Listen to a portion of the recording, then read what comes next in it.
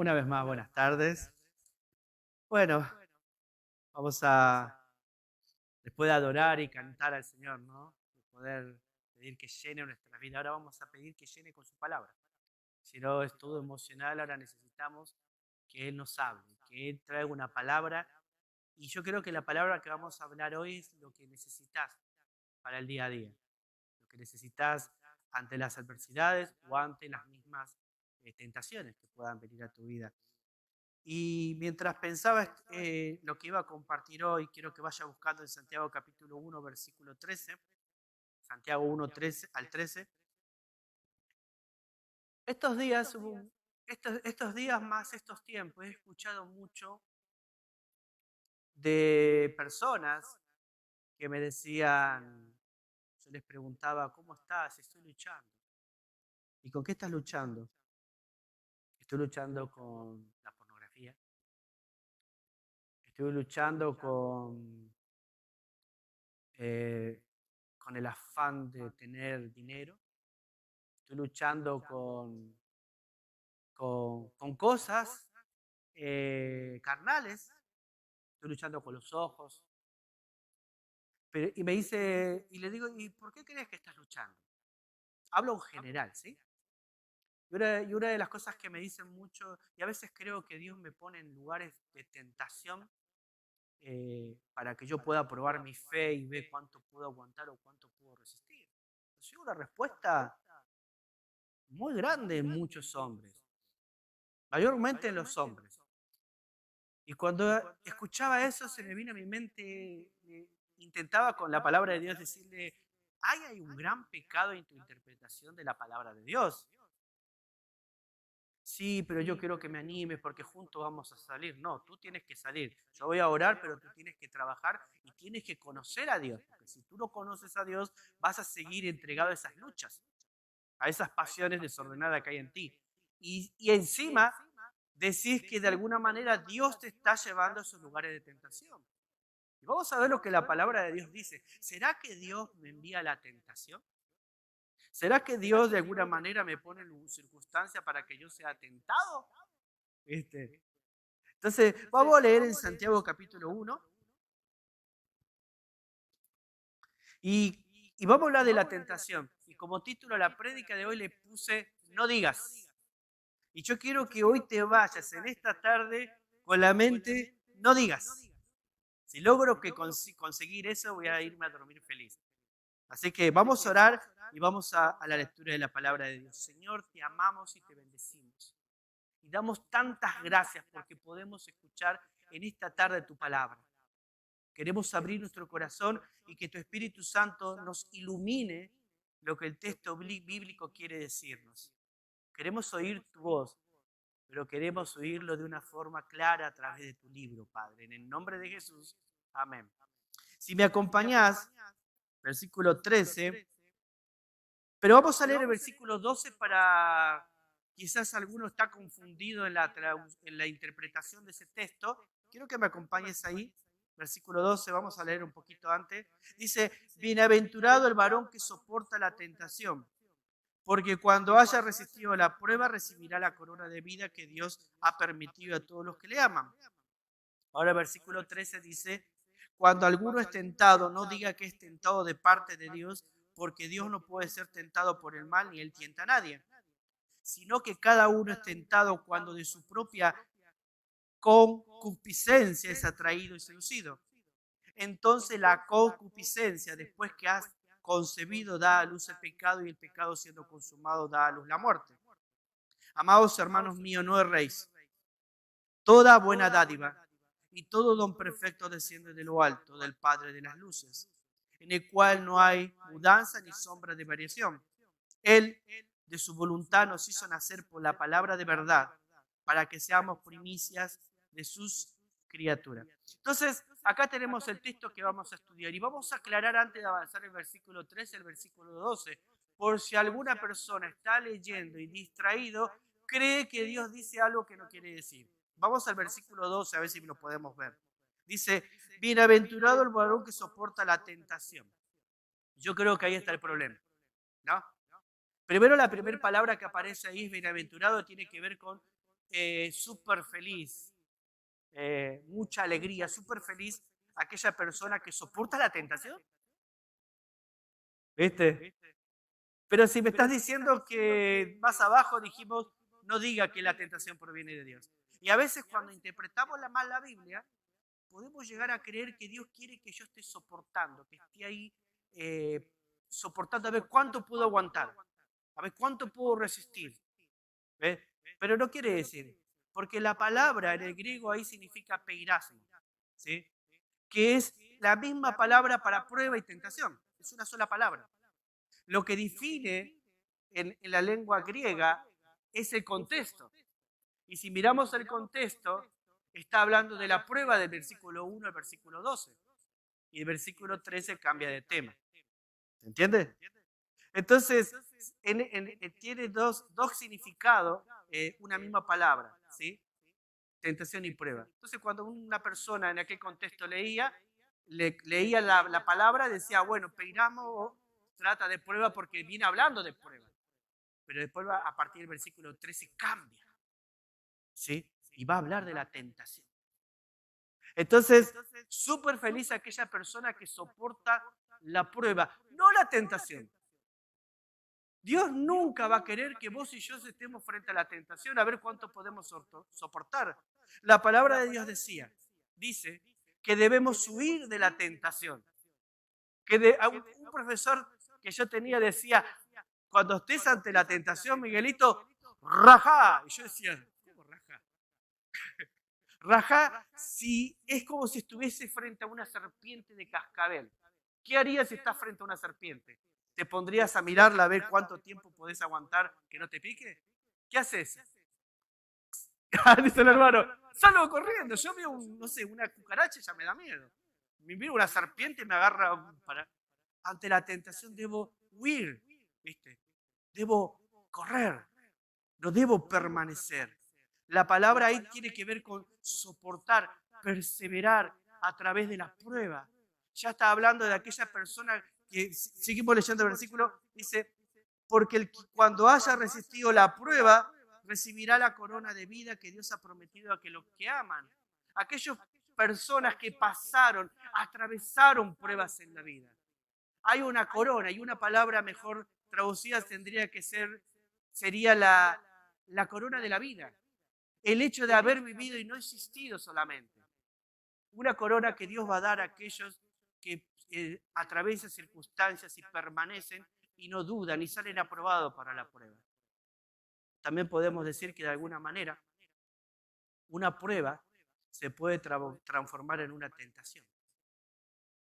Porque Dios envía las pruebas. ¿Recuerda la semana pasada viendo a los discípulos en el mar? ¿Qué hizo Jesús? Los envió en la barca al otro lado. ¿Para qué? Para probar qué cosa.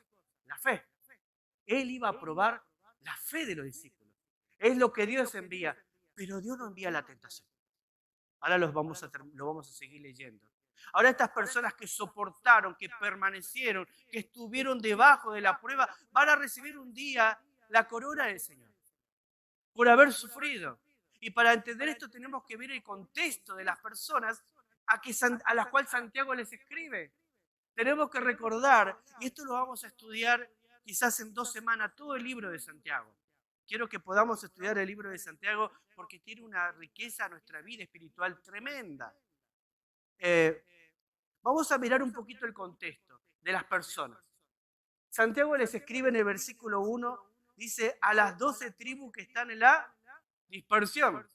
Y esa palabra dispersión tiene que ver con la diáspora. Era cuando el granjero tiraba la semilla y el viento la soplaba. ¿Sí? Iban por toda la tierra. Dios sopló y los cristianos fueron desparramados por toda Judea, Samaria, por todas las naciones. La persecución. ¿Viste? Las personas estaban en sus casas, las personas a las que le escribe Santiago estaban en la iglesia, en sus casas, en su trabajo, y de pronto escucha, vienen los romanos a matarnos. Si negamos a Cristo, vamos a poder vivir, pero si no lo negamos, nos va a costar la vida. Entonces el hombre agarraba a la esposa, a los pequeñitos con lo que tenían y salían huyendo a diferentes lugares. Con lo que tenían, no podían armar una valija. agarraban lo que tenían para salvar la vida. Y a los lugares que ellos llegaban eran personas que eran maltratadas, humilladas, porque eran personas ilegales. Eran, Primera de Pedro capítulo 1 dice, a los expatriados, ¿ves? A los sin patria, a las mismas personas que le va a escribir Pedro. ¿Viste? Sin techo, no tenían dónde estar. Y los amos aprovechaban. En el capítulo 5 podemos ver cómo describe que las personas que contrataban a esta gente abusaban de ellos. ¿Viste? Y vamos a ver si cuando estudiemos el libro el juicio de Dios sobre esta persona. Ahora, pensando en estas personas, están sufriendo. Por eso aquellos que aprueban, aquellos que soportan, aquellos que resisten, aquellos que permanecen y dan la vida por Cristo, hay una corona que el Señor le va a dar. ¿Ves? Y ahí cambia de tema ahora. Y va a hablar, fíjate lo que dice el versículo 13. Cuando alguno es tentado, estas personas que están sufriendo, estas personas que han perdido todo, donde van a trabajar, y vamos a ver un poquito de esto ahora. Cuando alguno es tentado, no diga que es tentado de parte de Dios, porque Dios no puede ser tentado por el mal ni Él tienta a nadie. Y de acá es de donde saco el título de mi predicación. No digas, ¿viste? No digas, sí, pastor, pero ¿seguro que no fue de Dios? Ese dinero que estaba ahí, quizás la mujer le decía, era una mujer que estaba trabajando en la casa de un rico y el rico no le pagaba, y de pronto el rico se iba, el dinero estaba a la vista y la mujer miraba y decía, ¿será que ese dinero es de Dios? Es justo, ¿no? Porque yo trabajé, no me pagó, entonces me llevo y desaparezco. ¿Sí? Estaba ante una prueba, pero el diablo también podía tentarle para que peque contra Dios, porque iba a robar. ¿Ves? No podemos justificar nunca el pecado. Y Santiago le va a decir a estas personas en las situaciones que estén, tengan cuidado con que el diablo los tiente y ustedes se han engañado creyendo que es Dios. Al decir no digas, es porque algunos decían que quizás circunstancias donde ellos podían permitirse algún pecado, estaba bien y venía de Dios. No, dice, si alguno es tentado, no diga que es tentado por parte de Dios, porque Dios no puede ser tentado por el mal ni Él tienta a nadie. Ahora tenemos que definir algo. ¿Cuál es la diferencia entre la prueba y la tentación? Vamos a mirar. Cuando Dios envía la prueba tiene un propósito. Siempre el origen de la prueba es Dios. El origen de la tentación es de Satanás. ¿Sí? ¿Cuál es el objetivo de la prueba? Perfeccionamos, que crezcamos, que maduremos en la fe. ¿Cuál es el objetivo de Satanás? ¿Del aconsejamiento de que hablaba? ¿Cuál? El objetivo de Satanás, ¿te acordás? ¿Cuál es su objetivo? Destruirnos, matarnos, aniquilarnos. La prueba viene de afuera. La tentación viene de adentro. Ahora vamos a profundizar eso. ¿Cómo se vence a la prueba? Soportando. Ante la tentación, como dijimos al principio, huir, no estar, no permanecer. Si estás en algún lugar con una mujer que no es tu esposa, si sos casado, rajá. No, pero yo soy fiel, pero así es. Solo es para mí es mi Jenny. Pobrecita, está enferma hoy. Hay varios enfermos hoy, después del asado de ayer, varios quedaron enfermos hoy. Correr, andate, ¿viste? Huir, ¿viste? En la prueba Dios busca sacar lo mejor de ti, ¿viste? Quiere sacar lo mejor de vos. Y en la tentación Satanás busca sacar o apela a lo peor de vos, a lo peor de ti. Entonces, vamos a mirar ahora del versículo 13, como veníamos hablando, al ver esta diferencia. Entonces, ¿qué es la tentación? Fíjate en el versículo 1 de Juan, capítulo 2, versículo 16. ¿Qué es la tentación? Sabemos que su origen es Satanás, sabemos su propósito y sabemos qué debemos hacer cuando somos tentados. ¿Pero qué es la tentación? 1 de Juan 2:16 responde así: porque todo lo que hay en el mundo, los deseos de la carne, los deseos de los ojos y la vanagloria de la vida no proviene del Padre, sino del mundo. ¿Qué es la tentación? Los deseos de los ojos, los deseos de la carne y la vanagloria de la vida. Esas son tres cosas que hacen caer al hombre, ¿viste? Destruyen al hombre, que ven por los ojos. Cuando Eva cayó en el jardín del Edén, Satanás le dijo, ¿viste esa fruta? Y ahí miró, ¿viste? Después plantó un deseo. Si comes de esa fruta vas a ser igual que Dios, ¿viste? Deseó. Y en tercer lugar, vas a ser como Dios, la vanagloria. No vas a morir. Satanás transgiversó la palabra de Dios. Eva comió, dio al hombre y ahí vino la degradación de la raza humana. Sigue pasando lo mismo en la antigüedad, aún a los hijos de Dios, que ven nuestros ojos, que nos permitimos ver en el celular, en la computadora, que vemos cuando estamos solos, cuando no hay nadie con nosotros. ¿Qué deseos hay que si alguien se entera sería vergonzoso? Eso dice que no proviene de quién, del Padre y la vanagloria de la vida. ¿Ves? El creerme mejor que otro. Hoy le decía a uno de los chicos, antes de decirte que cambies algo, yo te voy a decir que estoy cambiando, que estoy creciendo. Porque no me puedo parar acá delante de ti como alguien que, wow, cómo la sabe todo, ¿eh? Qué pastorazo, ¿viste? Mirá qué padre, mirá cómo trata a su esposa. Ay, Jenny dice, pero vos no sabés cuando se cierra la puerta lo que es eso. ¿Eh? Tenemos que tener mucho cuidado en lo que somos, lo que miramos, lo que deseamos. Entonces dijimos en el versículo 13 que no debemos decir que la tentación proviene de Dios. ¿Sí? Ahora dice que Dios no puede ser tentado por el mal, ni Él tienta a nadie. ¿Sí? Esto me habla que la tentación tiene una parte externa y una parte interna. Una parte externa y otra parte interna.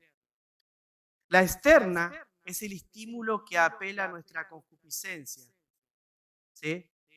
La externa es el estímulo que aplica. Por ejemplo, una parte externa y una parte interna tiene la tentación. Por ejemplo, si yo estoy caminando por acá y alguno de ustedes está pasando muchas necesidades y yo me voy, bajo, y el último que se queda, ese que más de necesidades está pasando, y de pronto yo saco así, quiero poner mi ofrenda, y se me cayeron $500 de bolsillo. Y yo pasé, y el último que lo vio dijo, la bendición de Dios, estoy orando por mis necesidades. Enseguida, los ojos, ¿viste? Los deseos de los ojos, le incitó algo interno, que es lo que va a hablar ahora, lo que se llama la concupiscencia. ¿Por qué Jesús no podía caer en pecado? ¿O por qué no podía ser tentado? Él no puede ser tentado ni él tienta a nadie. ¿Sabes por qué? Porque él no tiene naturaleza depravada, él no tiene la naturaleza caída. Él no tiene nada interno que Satanás apele. Entonces cuando Satanás tentó a Jesús, ¿viste? No encontró nada dentro de él para que él pueda caer. Hasta que Jesús le dijo, vete de aquí, no tentarás al Señor tu Dios. Pero cuando te ve a vos y me ve a mí, Él sabe nuestras debilidades. Él sabe nuestros deseos. Él sabe nuestra carnalidad. Él sabe qué anzuelo va a tirar para que en algún momento yo pueda morder y caer en la tentación. ¿Se entiende? Entonces tiene que ver con algo interno y algo externo. Ahora ahí aparece esa palabra en el versículo 14, sino que cada uno es tentado cuando de su propia concupiscencia es atraído y seducido. Y la palabra, esa concupiscencia, tiene que ver con un deseo profundo hacia algo. Un deseo profundo hacia algo. Ahora, no está mal desear cosas, porque hay deseos que son buenos. Pero cuando deseamos algo que provenga de la tentación, siempre va a ser malo. Nunca va a ser bueno. ¿Ves? Entonces dice, cuando de sus propios, o sea, vos y yo, de nuestros propios malos deseos, somos atraídos y somos seducidos. Y esas dos palabras tienen que ver con la caza y la pesca. tiene que ver con un cazador que va a cazar, ¿viste? Va a buscar un corderito, arma una trampa, lo cubre con hojas, pone el corderito contra el árbol y él está ahí y adentro de ese pozo tiene ¿cómo se llaman esas cosas que le ponen tipo espadas pero para arriba? Las trampas. Bueno, entonces, ¿qué hace? Viene el león o viene el animal que él quiere cazar, ve el corderito por los ojos, entra una adrenalina. Me acuerdo de alguien a la noche que le dije, tocas la carne, te corto un dedo. Salía el olorcito, aquel también dice. El león ve el corderito, pero no ve la trampa. ¿Sí? La trampa está ahí, él no la ve. Entonces el león es seducido, ve el cordero que está ahí para comer. Él se avalancha hacia el cordero y ¡pum! Cae en la trampa. ¿Ves? Así trabaja Satanás. Va poniendo trampa donde por dentro de nosotros somos atraídos y ahí es donde va a destruir nuestra vida. El otro tiene que ver con la pesca, seducido. El otro día que yo estaba pescando, yo tiraba la carnada, digo, ¿cómo puede ser que aquel chico Tommy saque tanto pescado y yo durante toda la noche, de las 11 que llegamos hasta las 9 de la mañana, solamente pesqué uno así de este tamaño, chiquitito? Y veía que toda la noche ellos sacaban. Pero yo estaba ahí y yo le decía a Handler que él venía con su, ¿cómo se llama eso? Tarraya, con un medio mundo que le decimos nosotros allá, lo tiraba y traía pescado. Le digo, eso no es pescar, pescar es como Satanás. ¿Cómo como Satanás? Te quedas acá sentadito, le pones la carnada y alguno va a picar. Y él, no, yo no tengo paciencia, me dice. Le digo, para ser pescador hay que ser paciente. Y era demasiado paciente, era las 11 de la mañana, recién saqué el primer pescado. 11 o 9 de la mañana, no me acuerdo. Y después le ilustro una ilustración, no sé si a vos o a Henry, le digo, así es Satanás. Él pone la carnada, él sabe cuál es nuestra debilidad. Y él puede estar días, meses, años ahí, esperando que vos muerdas. En algún momento te vas a distraer de tu comunión con Dios.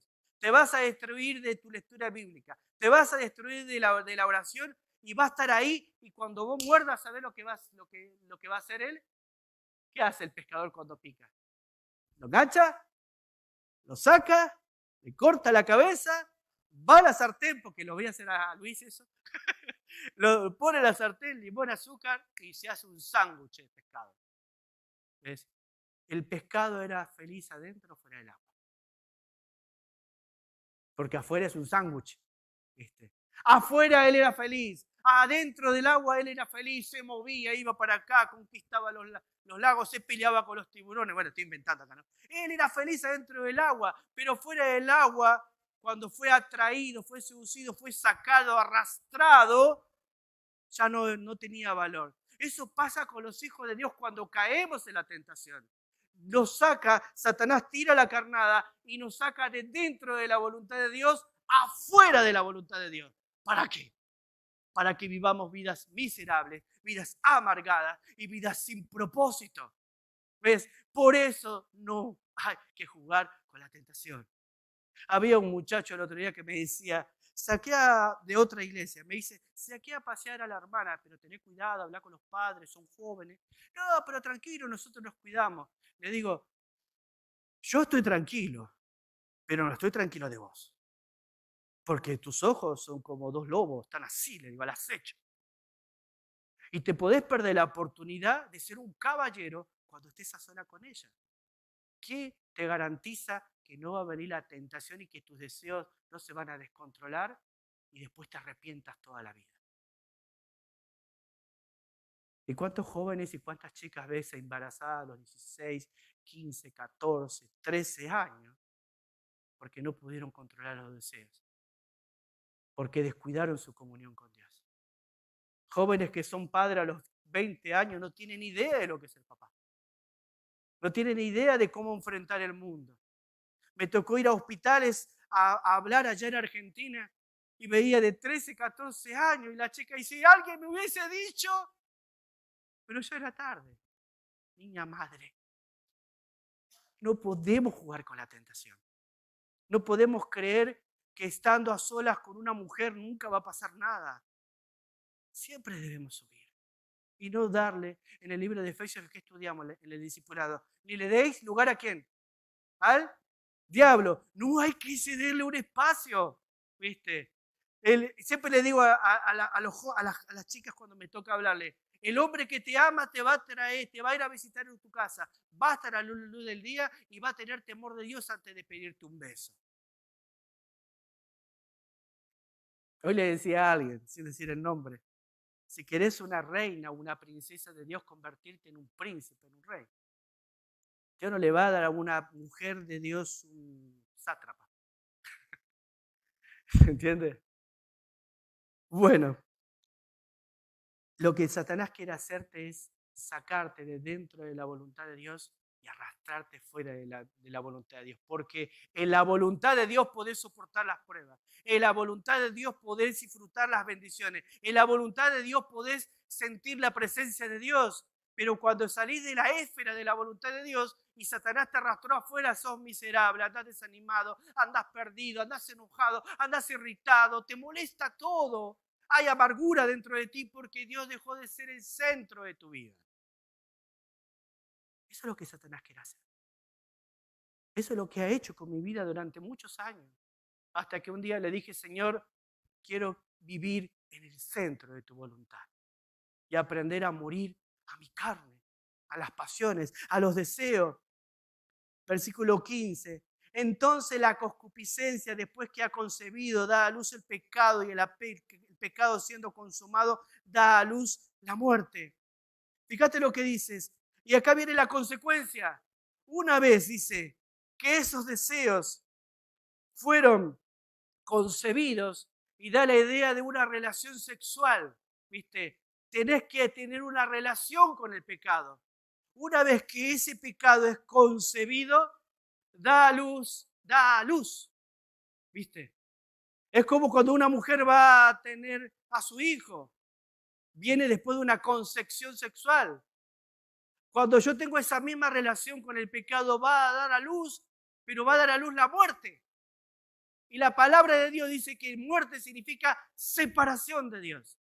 Porque la paga, Romanos 6:23, porque la paga del pecado es la muerte, la separación de Dios. Una vida insatisfecha. Eso es lo que hace el pecado. ¿Viste? Hoy le pregunté a uno de los muchachos, ¿el pecado es rico o el pecado es feo? Y yo le decía, ¿sabes qué dije yo cuando me preguntaron esto?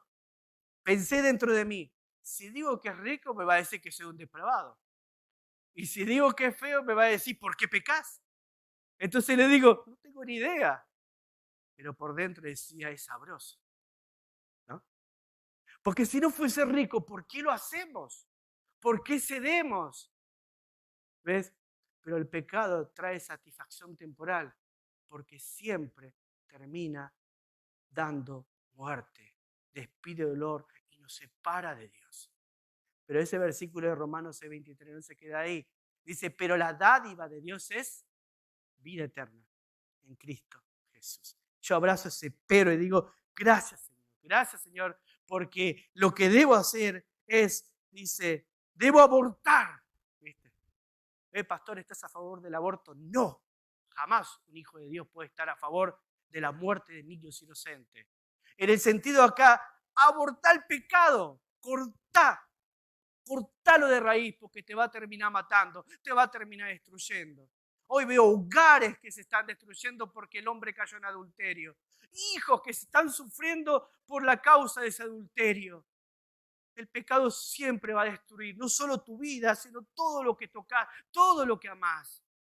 Pero gloria a Dios que uno puede decidir cortar con eso, arrepentirse, buscar a Dios y la sangre de Jesucristo, su Hijo, 1 de Juan 1:9, nos limpia de todo pecado cuando confesamos. Y termina el versículo ahí 16, amados míos, amados hermanos míos. ¿Viste cómo le habla Santiago? Ahora le dice, amados hermanos míos, escuchá, no erréis, ¿sí? No erréis.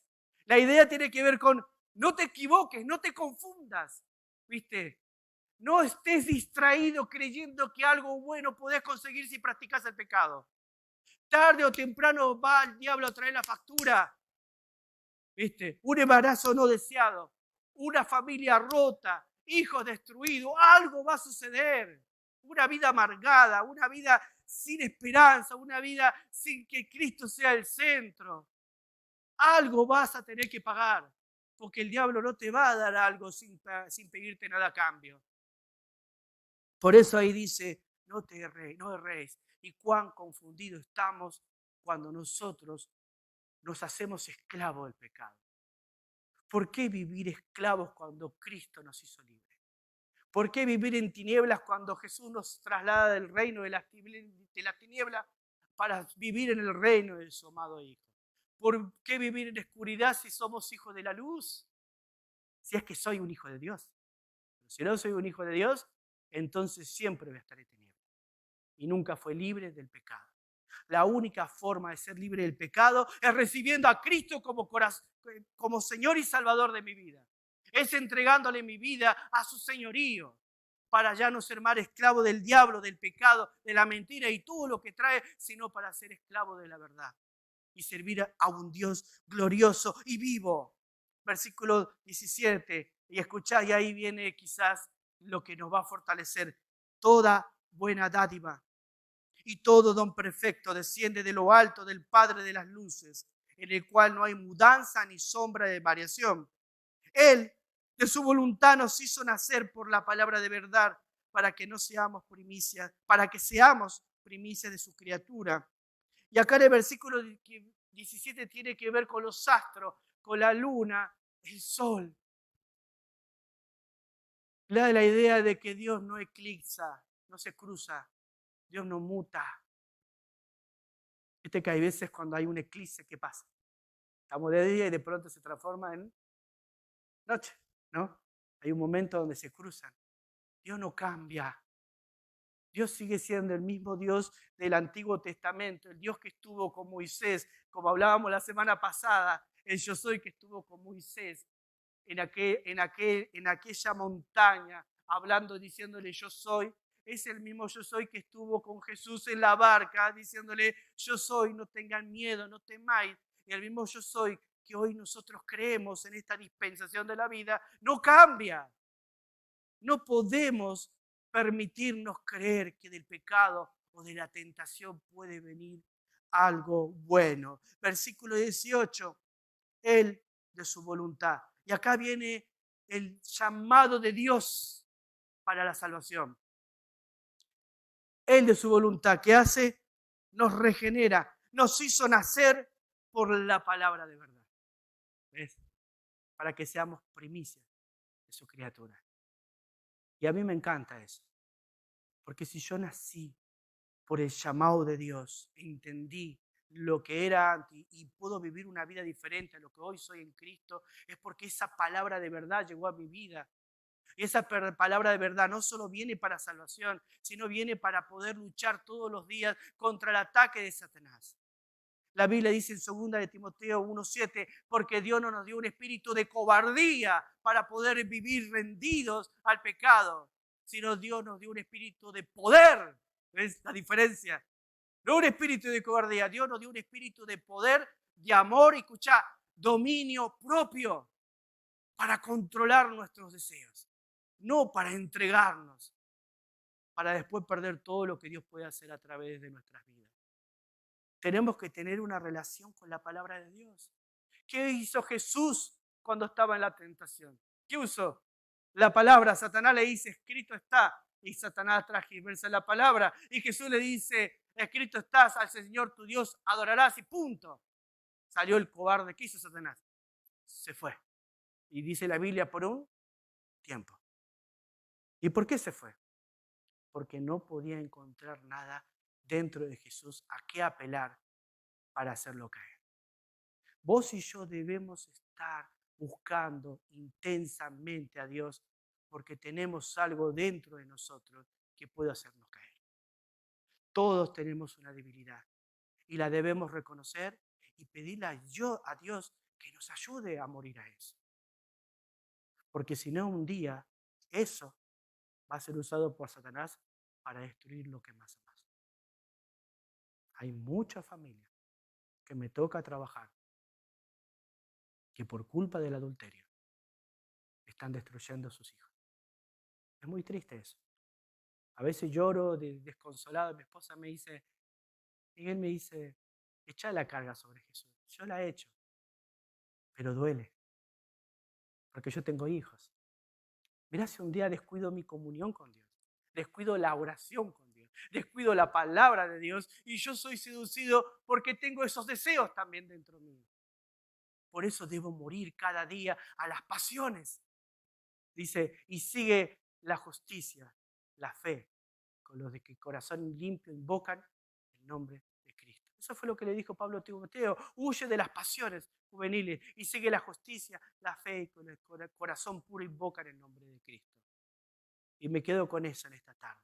Dice Pablo, hermano mío, no erréis, no se equivoquen, no digan que a través de la tentación podemos conseguir algo bueno. Que Dios bendiga su palabra y vamos a terminar con una oración. Padre, te damos tantas gracias, porque Señor podemos venir delante de ti hoy, delante de ti para presentarnos, ser sinceros. Hay a veces deseos desordenados. Oro Dios para que esos deseos, si es que lo hay dentro de tus hijos, ellos puedan confesarlo a ti, hoy que están a tiempo, antes de que sea demasiado tarde. Oro, Señor, porque sé que el enemigo está ahí como un león rugiente buscando a quien devorar. Y cuántas familias son destruidas por culpa del hombre que no sabe entender que tarde o temprano, si juega con la tentación, va a caer. Oro, Dios, para que como hombres nos paremos delante de nuestras familias y muramos a nuestra carne, a nuestras pasiones, y podamos estar en el centro de Jesús, del centro de su voluntad, y permanecer ahí. Y no permitir que el enemigo nos arrastre delante de nuestra comunión contigo. Oh bendito Padre, te ruego, Señor.